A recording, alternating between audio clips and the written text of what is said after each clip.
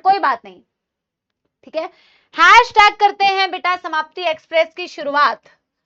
Hashtag समाप्ति express हम करते हैं बेटा पिछली क्लास का एक बारी क्विक रिवीजन। कुर्सियों की पेटी कृपया करके बांध ली जाए, कुर्सियों की पेटी कृपया करके बेटा बांध ली जाए, और नोटबुक बंद कर लिया जाए, बुक बंद कर लिया जाए। सिर्फ और सिर्फ कान खुले रहने चाहिए बेटा, कान खुले रहने चाहिए और बिल्कुल बेटा अटेंशन के साथ में आपको सुनना है, ठीक है। चलिए जी, हमने पिछली क्लास में पढ़ा था मैम ट्रांसपोर्ट ऑफ CO2 और हमने एक बहुत बढ़िया डायग्राम पढ़ा था, जो आई होप आप लोगों को बेटा, मैंने बहुत मेहनत की थी कल की क्लास में, मतलब इतनी मेहनत आप लोगों को मल्टीपल तरीके से एक टॉपिक को समझाने की कोशिश की थी ट्रांसपोर्ट ऑफ गैसेस से रिलेटेड। तो हमने ट्रांसपोर्ट ऑफ CO2 पढ़ा था। सबसे पहले मैं वही चीज आपको बताती हूँ कि मैम ट्रांसपोर्ट ऑफ CO2 हमने 3 तरीके से पढ़ा था। एक होता है directly dissolved in the plasma, एक होता है मैम आरबीसी में हीमोग्लोबिन से बाइंड करके, और एक होता है मैम आरबीसी के अंदर बाइकार्बोनेट के फॉर्म में। तो जैसे बेटा हम यहाँ CO2 को डायरेक्टली एक तो बेटा टिश्यू से प्लाज्मा में डिसॉल्व कर देते हैं, CO2 को बेटा लेके जाते हैं हीमोग्लोबिन से बाइंड कराते हैं और बेटा बनाते हैं HbCO2। आपको पता है ना टिश्यू में जो ये CO2 था, ये HbO2 को अलग करने के भी काम में आता है ना, याद है। ये जो HbO2 यहाँ पे था बेटा, इसको तोड़ने का काम ठुकरा के मेरा प्यार मेरा इंतकाम देखेगी, क्योंकि HbO2 बेटा टूटता है यहाँ पे CO2 की मदद से, क्योंकि CO2 ने अपना बदला निकाला। जब लंग्स में बेटा आप देखते हो तो लंग्स में बिल्कुल उल्टी चीज हो रही होती है, लंग्स में HbCO2 को ऑक्सीजन तोड़ रहा होता है ना।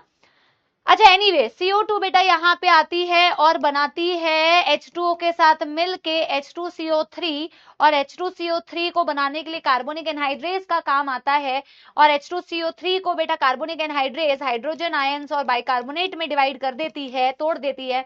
बाइकार्बोनेट बनता तो आरबीसी के अंदर है, बट जब इसे ट्रैवल करना होता है तो ये हमेशा प्लाज्मा में डिसॉल्व होके ही ट्रैवल करती है, ये हमेशा प्लाज्मा में डिसॉल्व होके ही ट्रैवल करती है।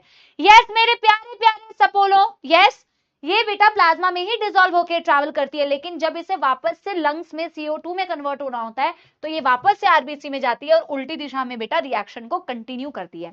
70% as bicarbonate, 7% dissolve directly in the plasma, and बेटा 20 से 25% या 23% approximately as carbamino haemoglobin. बेटा एक और बहुत मजेदार बात मैंने आप लोगों को बताई थी कि भाई जो जो फैक्टर्स आपके ऑक्सी हीमोग्लोबिन को बनाने में काम में आते हैं, वही सारे फैक्टर्स कार्बन डाइऑक्साइड को ट्रांसपोर्ट, यानी कि ट्रांसपोर्ट बोलो या कार्बन डाइऑक्साइड को डिसोसिएट हीमोग्लोबिन से कराने के काम में आएंगे।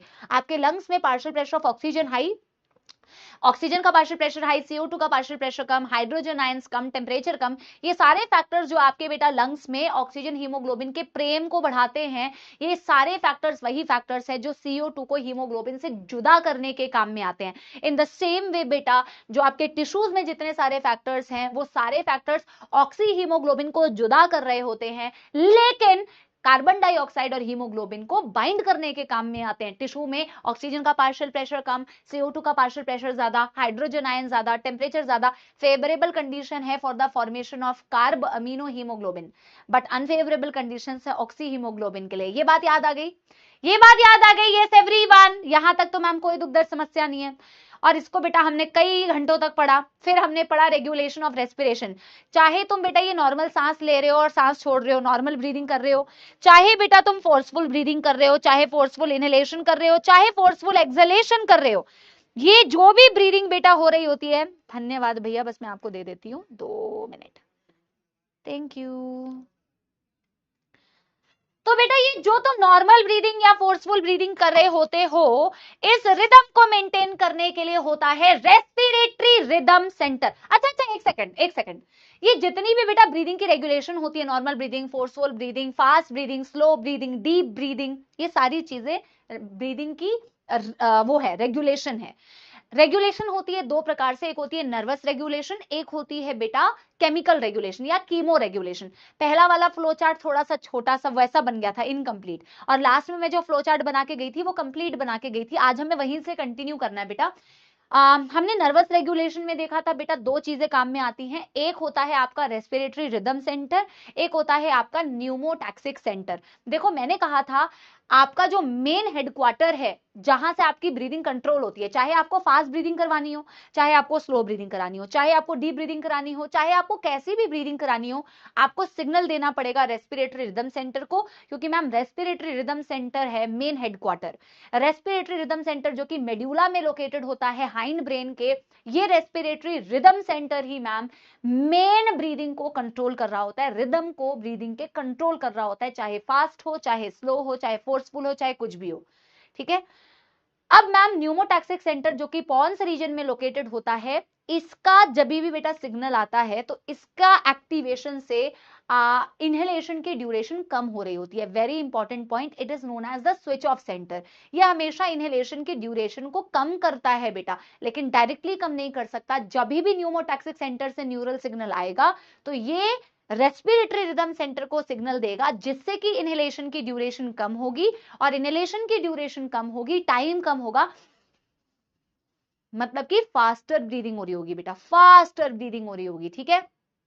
फिर बेटा हमने कहा कीमो रेगुलेशन भी होता है मैम, जिसे केमिकल रेगुलेशन बोलते हैं, जो कि बेटा कीमो रिसेप्टर्स की मदद से होता है। किसकी मदद से होता है? कीमो रिसेप्टर्स की मदद से। कीमो रिसेप्टर्स आर बेटा the structures which are sensitive towards certain chemicals in the body.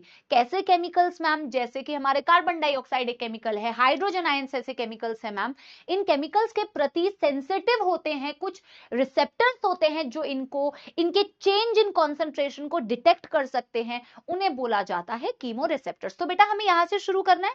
Yes everybody, जल्दी से बेटा क्विक रिवीजन हो गया है तो दिल बना दीजिए। आप लोगों ने तो ऑलरेडी बेटा इतने सारे दिल बना दिए हैं।